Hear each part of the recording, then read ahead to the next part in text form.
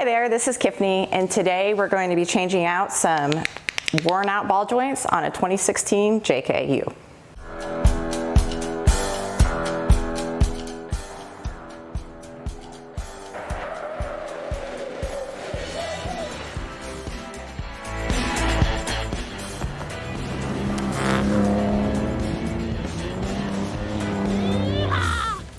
Alright, so we started with jacking up the Jeep, putting it up on jack stands. Make sure that you're in park, of course, and make sure that your e-brake's on. Next, we're going to take off the tire. We need a 19 for my tire. It might differ between yours, and we're going to take off the lug nuts and take off the tire.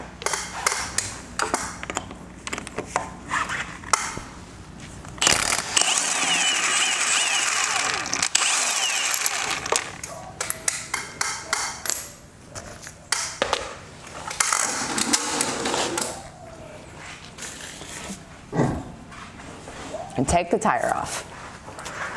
Our next step is we're going to take out these 21mm caliper bolts. Best way to do it is use a breaker bar to get them loose, and then you can just use a regular socket.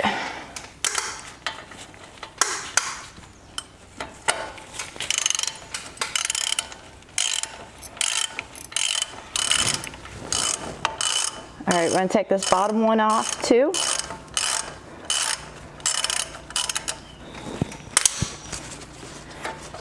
Be careful because the caliper will fall. And what we're going to do, I'm going to take this right off. And then I'm going to use a bungee cord to secure it to the spring. That way there's no stress on any of the tubes coming out, and it'll be out of our way. So next we're going to take out, there's going to be three 13mm bolts right here. There's one on the other side as well. Again, using a breaker bar to get these loose will help immensely.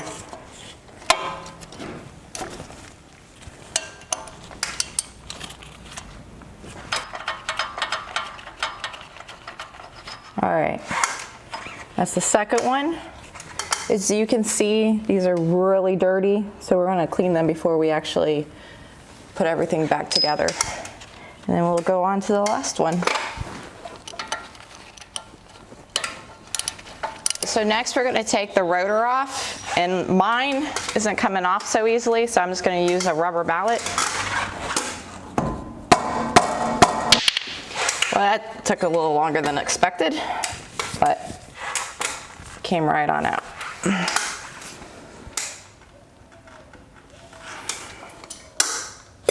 Next, we're going to remove the axle nut. It's going to require a 36mm socket, and I'm going to use my impact wrench.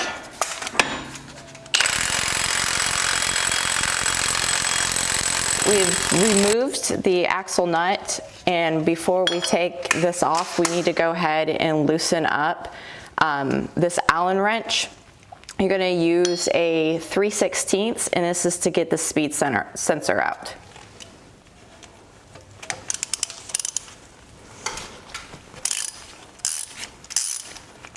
So now we're going to pull the hub off. Be aware of the speed sensor. Just pull that right out.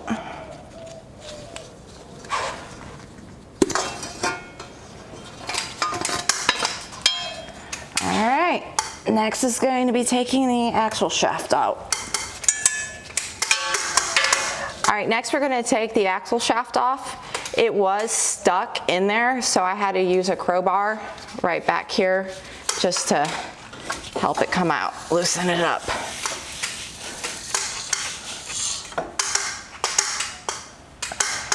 And make sure that this washer actually comes out with the axle shaft, otherwise you're going to have to go digging for it.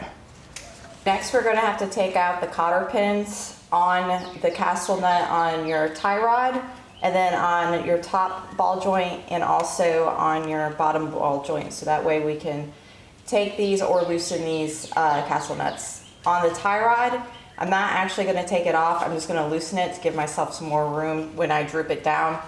On the ball joints, of course, we're going to take it off.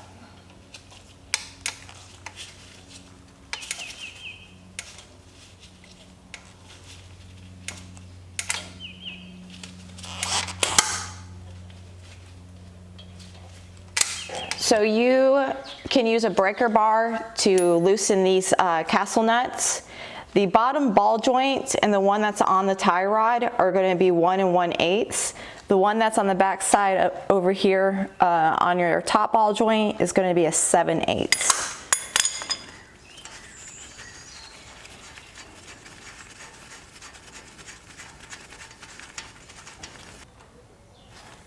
All right, so on the bottom ball joint, I'm going to loosen this pretty much all the way, but I'm not going to take it off because in order to get this loose, we're going to have to hammer on it.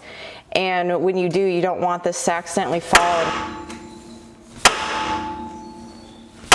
So now that we have the castle nuts off and I've pulled the hub to the side, I just wanted to show you the ball joints. This is, as you can see, not supposed to be like that at all. This is an old design from Synergy, and if you do any type of off-roading or just general use period, they are going to wear out.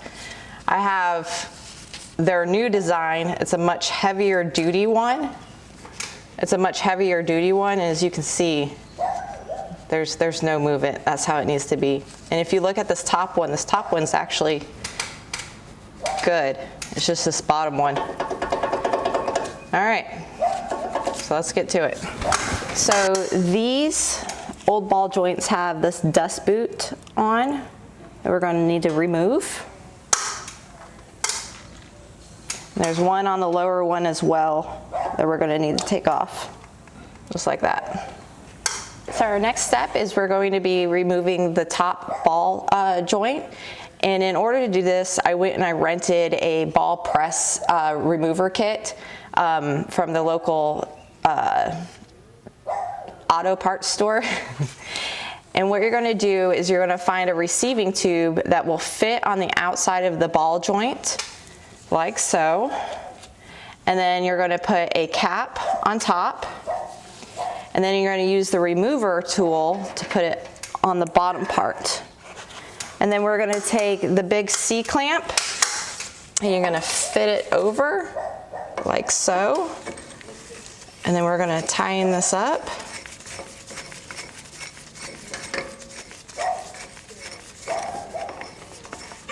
Get it lined up.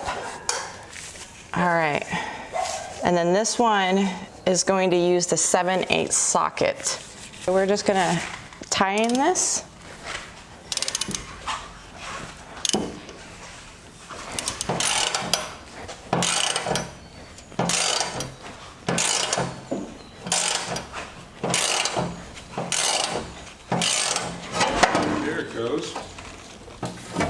All right.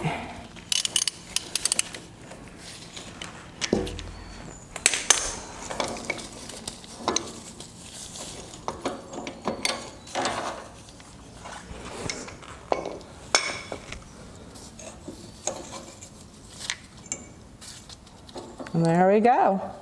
Top ball joint is removed.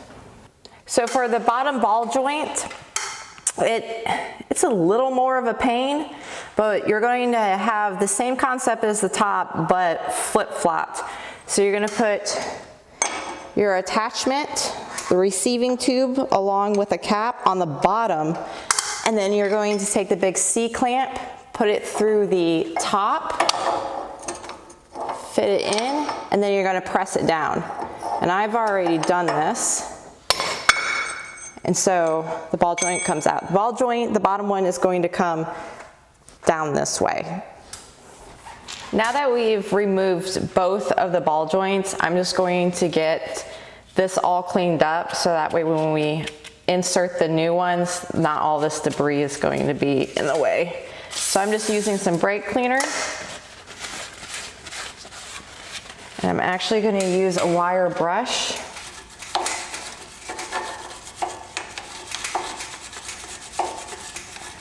and just clean any rust from the previous ones.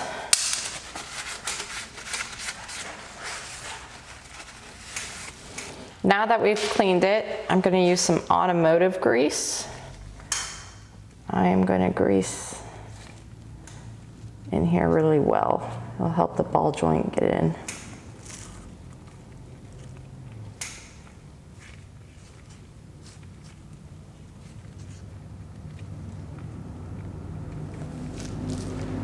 In order to install the bottom ball joint, we're going to need to take off this dust boot.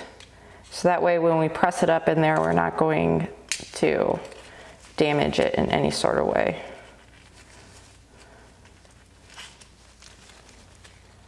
All right.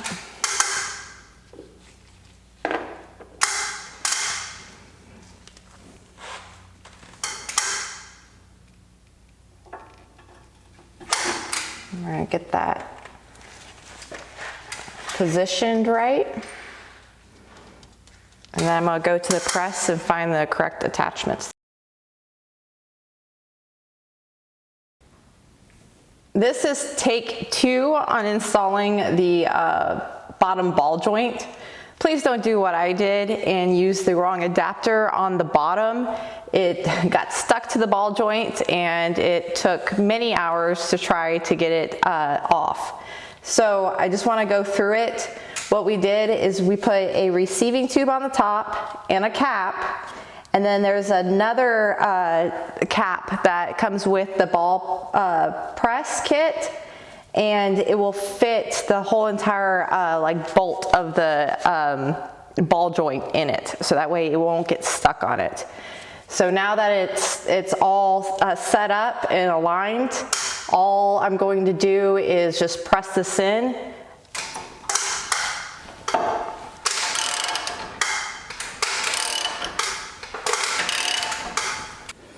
All right, so we have the top one ready to go, and we use the same bottom cap that we used to install the bottom ball joint down on the bottom. And then we have the ball joint here. We have a shallow cap right here, and then the actual cap on top of it. And all we're going to do is press it in there. And sometimes you need to ask for help. So, got the husband helping. Otherwise they're gonna think you're really hairy, Kiff.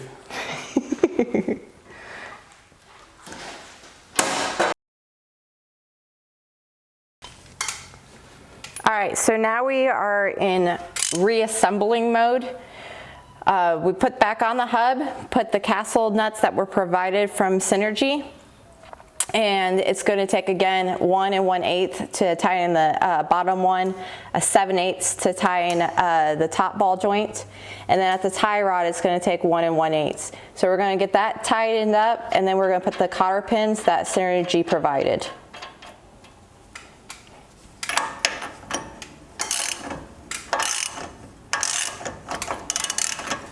After you have the castle nuts tight, take a torque wrench, and the top and bottom ball joint castle nut, you're going to torque to 75 pounds-foot, and then on the tie rod, that castle nut is actually going to be at 100. Before reinserting the axle shaft back into the axle housing, clean it off, and then apply the automotive lube.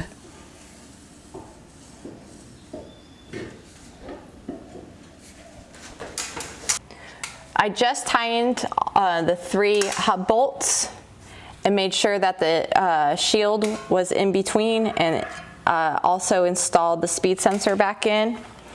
Also, I went ahead and put the 36mm nut in, so this is all assembled. Next, we're going to put the rotor back on, like so.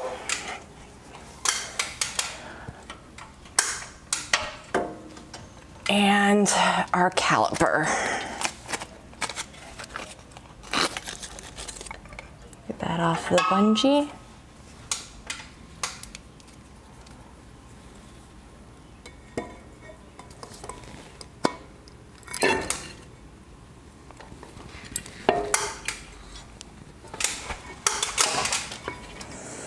right, after you install your caliper, you're going to insert your caliper bolts here and you're going to torque them to 120.